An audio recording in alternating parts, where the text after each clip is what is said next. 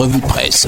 Mercredi 11 décembre 2024, madame, monsieur, bienvenue à la revue de presse sur ITFM Centre et Cam News 24, démarrant par le tri-hebdomadaire d'Icalou. À la une, affaire Redac, maître Aliscom défie l'autorité de l'État. L'avocate a détruit les scellés conformément aux dispositions du code pénal. Elle accuse le Minat d'attiser le feu. C'est suite à la suspension de l'ONG de défense des droits de l'homme, le Redac, que le PCA de cette structure maître Aliscom a bien évidemment détruit les scellés apposés sur le siège de cette structure. Toujours avec Dicalou, contrôle routier sur les ACF, les clarifications du ministre Lupoel Motazé sont à consulter à la page 6 de ce numéro. Direction France, un Camerounais condamné pour contestation du génocide, page 3, pour en avoir d'amples explications. Championnat professionnel, nous parlons de sport à présent, bien évidemment, des entraîneurs expulsés à la première journée,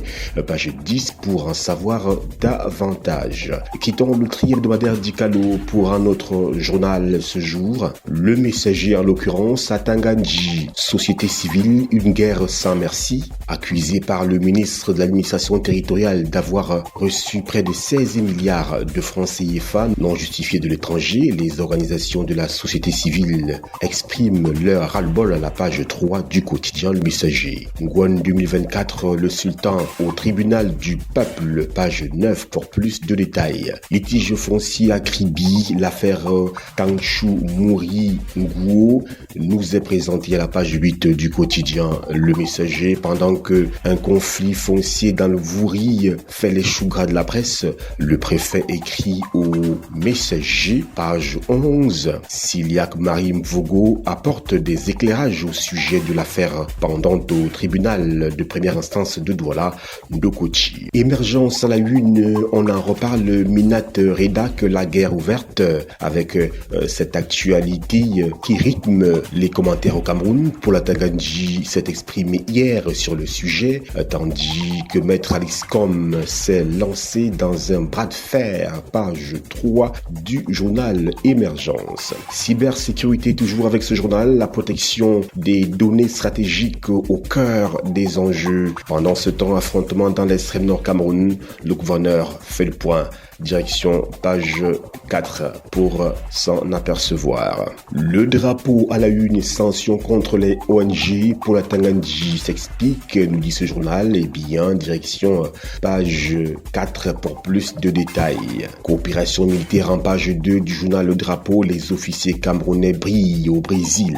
Info matin, décidément, l'actualité revient. ONG et associations non conformes. À Tanganji siffle la fin de la récréation, page 2 du quotidien Info Matin. Ce 10 décembre à Yaoundé, le ministre de l'administration territoriale a expliqué à la presse les motifs de suspension et d'interdiction d'activité à 5 organisations non gouvernementales et autres, en invitant les brebis galeuses qui fonctionnaient encore sous tolérance administrative à se conformer jusqu'au 30 janvier 2025. Le Minat martèle que tout dérapage fera face à la dureté de la loi. Page 3 pour lire cette mise au point du Minat Paul à Tanganji. Le quotidien Le Jour également revient sur la même actualité à Tanganji, les 16 milliards et les ONG. La Fédération camerounaise de football FECAFOOT aurait-elle triché sur les statuts? C'est la grosse interrogation à laquelle nous convie le quotidien Le Jour, en nous proposant bien évidemment une sortie de Giba et Gatama qui dénonce en page 3 de ce journal. Réalité plus à la une, la même actualité revient pour la Tanganji, ministre de l'administration territoriale, toutes les ONG et associations jusqu'au 30 janvier 2025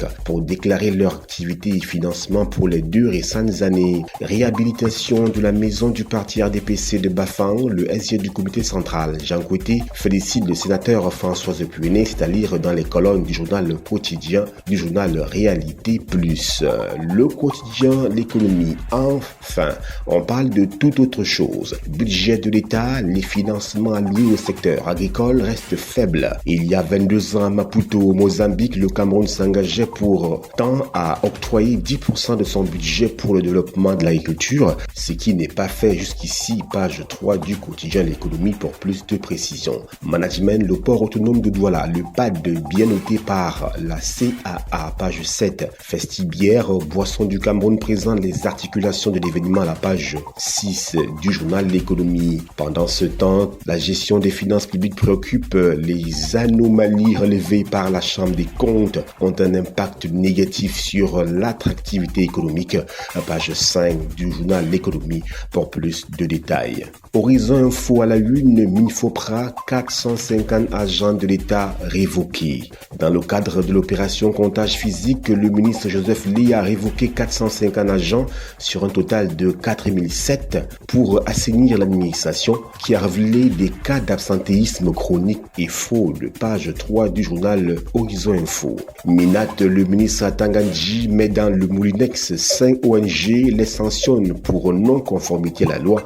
À page 5 de Horizon Info. CNPS, Caisse nationale de prévoyance sociale, Mokulum Vondor Akame, DG CNPS, élu personnalité et combattant pour son leadership exceptionnel. Bravo à ce grand dirigeant. Page 8 du journal Horizon Info pour lire cette prouesse, cette performance honorée du directeur général de la Caisse nationale de prévoyance sociale, Alain Noël Mokulum Vondor Akame. Le tri hebdomadaire Le Soir à la une, affaire MTN contre Baba Danpulo, vigilance de tous les instants. Alors que le PDG du groupe MTN est annoncé au Cameroun, dans un contexte marqué par le contentieux qui oppose les sociétés du consortium Bestinver, dont Baba Danpulo est le promoteur, aux sociétés MTN Cameroun SA et Chococam SA suite à la braderie en toute illégalité de l'ensemble du patrimoine de Baba Danpulo au pays de Nelson Mandela, la prudence devrait être de mise côté camerounais pour la protection des intérêts camerounais, car le mépris affiché et assumé de la part des autorités sud-africaines vis-à-vis de Yaoundé mérite une riposte proportionnelle, nous dit le journal Le Soir à la page 3 de cette édition.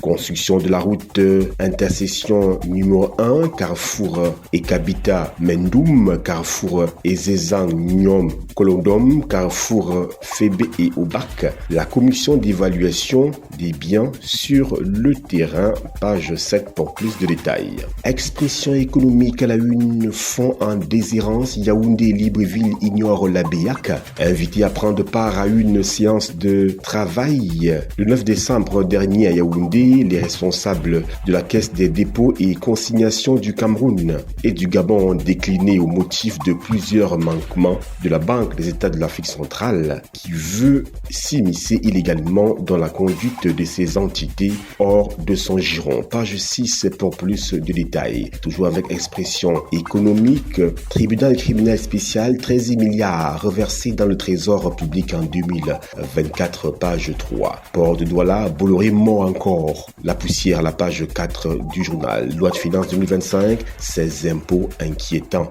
sont livrés à la page 5 du journal Expression économique.